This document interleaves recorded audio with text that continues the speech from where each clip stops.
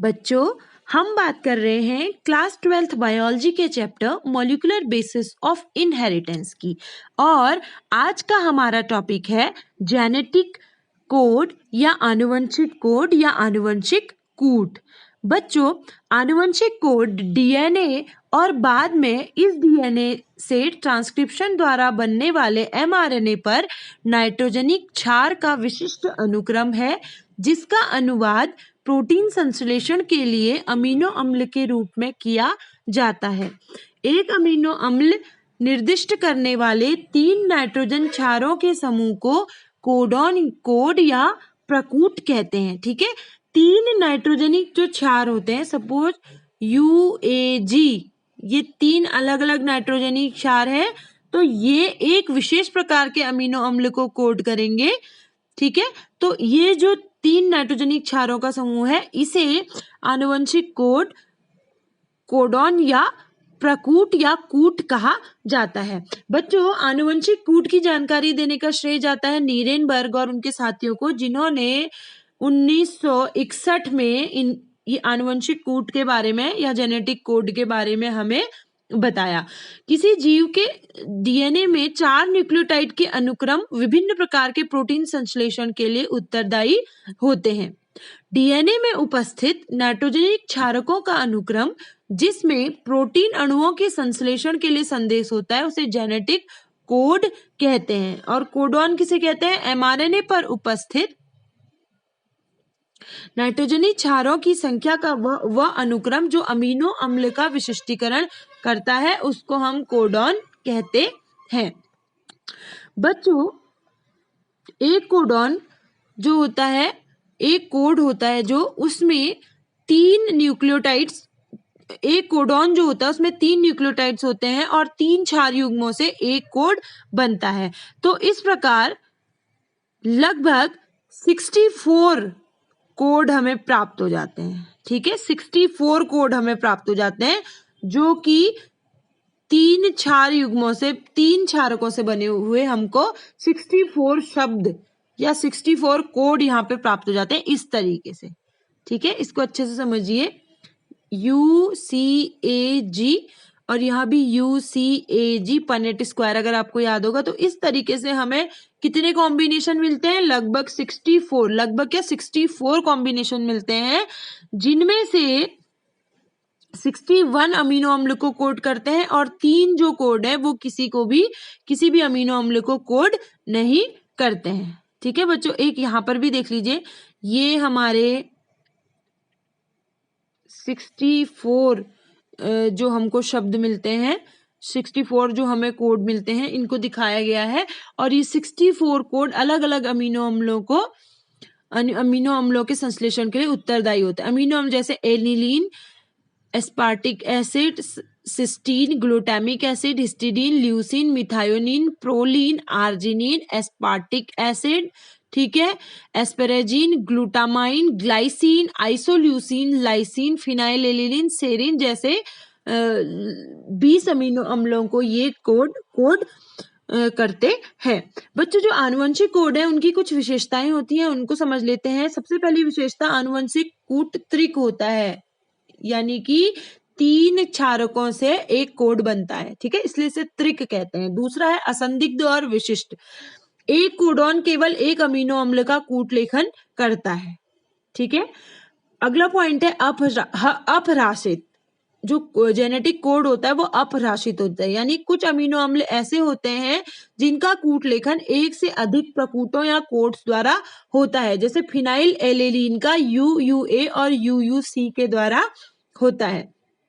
अगला है reading direction. MRNA के ऊपर आनुवंशिक जो कोड होते हैं उनका पढ़ने की जो दिशा होती है वो 5'3' डायरेक्शन पे होती है और ये लगातार पढ़े जाते हैं। अगला कैरेक्टरिस्टिक है समापन कोडॉन। इनको याद रखिएगा, UAA, UAG, UGA को नॉनसेंस कोडॉन भी कहते हैं, क्योंकि ये प्रोटीन श्रृंखला के निर्माण को रोक देते हैं या इनके समापन के लिए उत्तरदायी होते हैं। UAA, UAG और UGA। उसी तरह AUG ऐसा कोड है जो एमआरएनए के प्रारंभ में 5' सिरे पे पाया जाता है। इसे आरंभिक कोडॉन भी कहते हैं क्योंकि ये प्रोटीन संश्लेषण की श्रृंखला का जो है उसको आरंभ करता है और ये मिथायोनिन अमीनो एसिड को कोड करता है। अगला है सार्वत्रिक कूट, यानी जो जेनेटिक कोड होते हैं वो यूनिवर्सल होते हैं। कहने का मतलब है कि जीवाणु से लेकर मानव तक एक समान आनुवंशिक कूट पाया जाता है। सभी कोडॉन सभी जीवों में एक ही अमीनो अम्ल को कोडित करते हैं। अगला कैरेक्टरिस्टिक है कॉमा रहित। दो कोडॉनों के बीच विराम नहीं होता है, एक के बाद दूसरा तुरंत प्रारंभ हो जाता है जेनेटिक कोड। ठीक है, तो ये कुछ जेनेटिक कोड के कैरेक्टरिस्टिक्स हैं यानी विशेषताएं हैं। ये जरूर आप याद रखिएगा क्योंकि ये बहुत इंपॉर्टेंट है। ठीक है, और उसके अलावा इस चार्ट को आप अच्छे से समझने की कोशिश कीजिएगा। इसमें अलग अलग प्रकार के आपको जितने 64 जो हमारे कोडॉन है उनका कॉम्बिनेशन दिया गया है और उसके आगे दिया गया है कि कौन सा कोड किस अमीनो एसिड को कोड करता है, कौन सा कोड किस अमीनो अम्ल को कोड करता है। कुल 20 अमीनो अम्ल होते हैं और उनके लिए हर अमीनो अम्ल के सामने जो उसको कोड करने वाला कूट है वो दिया गया है। ठीक है, इसको आप समझने की कोशिश कीजिएगा और सिर्फ थोड़े 20 अमीनो अम्ल है उन्हीं को तो याद करना है, तो साथ में ये आपको बहुत अच्छे से क्लियर हो जाएगा। चलिए अब बात कर लेते हैं उत्परिवर्तन और आनुवंशिक कूट के बारे में यानी म्यूटेशन एंड जेनेटिक कोड।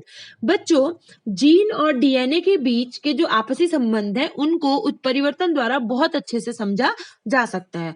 अगर हम बात करें तो सिकल सेल एनीमिया एक डिजीज है। ठीक है, सिकल सेल एनीमिया ये बिंदु उत्परिवर्तन का अच्छा उदाहरण है। इसमें क्या होता है, बीटा ग्लोबिन श्रृंखला के जीन में एक क्षार युग्मक में परिवर्तन के कारण ग्लूटामिन से वैलिन में इसका परिवर्तन हो जाता है और जो रुधिर सेल्स हैं वो ओवल से हंसिए के आकार की हो जाती हैं यानी डिफॉर्म हो जाती हैं।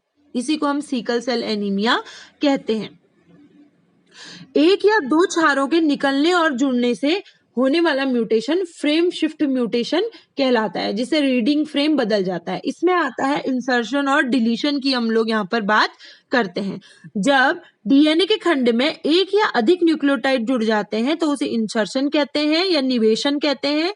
जब डीएनए के खंड में एक से ज्यादा न्यूक्लियोटाइड कम हो जाते हैं तो उसे विलोपन कहते हैं। यहाँ पे एक उदाहरण दिया है जिसमें दिया है Ram has red cap. Ram has red cap यहाँ पे ऐसे दिखाया कि ये कोड है। जैसे राम में भी 3 लेटर्स हैं, हैज में भी, रेड में भी, कैप में भी, तो यहाँ पर इनको जेनेटिक कोड की तरह दिखाया गया है। ठीक है, अगर इसमें बी डाल दिया जाए तो पूरा पढ़ने का जो फ्रेम है वो गड़बड़ा दिया, बी आई डाल दिया जाए तो भी गड़बड़ा दिया। लेकिन अगर यहाँ पर पूरा सेट 3 या 4 इसमें 4 डाल दिया जाए तो रीडिंग फ्रेम में कोई परिवर्तन नहीं होता। जैसे बिग डाल दिया तो Ram has big red cap हो जाएगा। ठीक है, उसी तरीके से हम विलोपन को समझें। यदि आर यहाँ से हटा दिया जाए, आर ई हटा दिया जाए तो रीडिंग फ्रेम में परिवर्तन आ जाएगा, लेकिन आर ई डी पूरा हटा दिया जाए तो राम हैज कैप हो जाएगा। ठीक है, चलिए अब हम यहाँ पर बात करते हैं कि अंतरण, विशिष्ट अंतरण आरएनए, विलेय आरएनए या अनुकूलक अणु के बारे में भी यहाँ पर थोड़ी बहुत हम चर्चा करेंगे। चलिए बच्चों, पहले हम बात कर लेते हैं कि फ्रांसिस क्रिक ने बताया कि कूट के पढ़ने व अमीनो अम्लों से इसके संबंध रखने की एक पूरी मैकेनिज्म है, क्योंकि जो अमीनो अम्ल होते हैं उनमें ऐसी कोई स्ट्रक्चरल स्पेशलिटी नहीं होती है कि वो कूट को पढ़ सके। इसके लिए एक एडेप्टर मॉलिक्यूल, अनुकूलक अणु, एडेप्टर मॉलिक्यूल, ये देख लीजिए, ये है वो एडेप्टर मॉलिक्यूल। एडेप्टर मॉलिक्यूल की जरूरत होती है जो एक तरफ से इन कूट को पढ़ सके, ठीक है, पढ़ता है, और दूसरी तरफ से इससे विशिष्ट अमीनो अम्ल जुड़ जाते हैं। अंतरण आरएनए, जिसे विलेय आरएनए भी कहते हैं, वो ये काम करता है। ठीक है, कैसे करता है आनुवंशिक कूट को पढ़ने का? अंतरण आरएनए में एक प्रतिप्रकूट एंटीकोडॉन फंदा होता है, एंटीकोडॉन फंदा। ठीक है, टीआरएनए में एक एंटीकोडॉन फंदा होता है। इसमें कूट के पूरक क्षार मिलते हैं। ठीक है। जैसे कोडॉन है AGU, तो इसके पूरक क्षार क्या हो गए? एडेनिन के साथ यूरेसिल, ग्वानोसिन के साथ साइटोसिन और फिर यूरेसिल के साथ एडेनिन, ये इसके पूरक कूट हो गए। ठीक है। और इसी में एक अमीनो अम्ल स्वीकार्य छोर होता है जिससे यह अमीनो अम्ल से जुड़ जाता है। प्रत्येक अमीनो अम्ल के लिए एक विशिष्ट अंतरण आरएनए होता है। इनिशिएशन के लिए दूसरा विशिष्ट अंतरण आरएनए होता है जिसे प्रारंभक अंतरण आरएनए कहते हैं। ठीक है। जब किसी क्रिया को रोकना होता है उसके लिए कोई अंतरण आरएनए नहीं होता है। ठीक है बच्चों, अब इन कूटों को पढ़ना, ट्रांसलेशन कैसे होता है, इन कूटों को कैसे पढ़ा जाता है, कैसे प्रोटीन श्रृंखला का निर्माण होता है, इसको हम अपने नेक्स्ट वीडियो में बात करेंगे जिसका टॉपिक होगा ट्रांसलेशन या अनुवाद।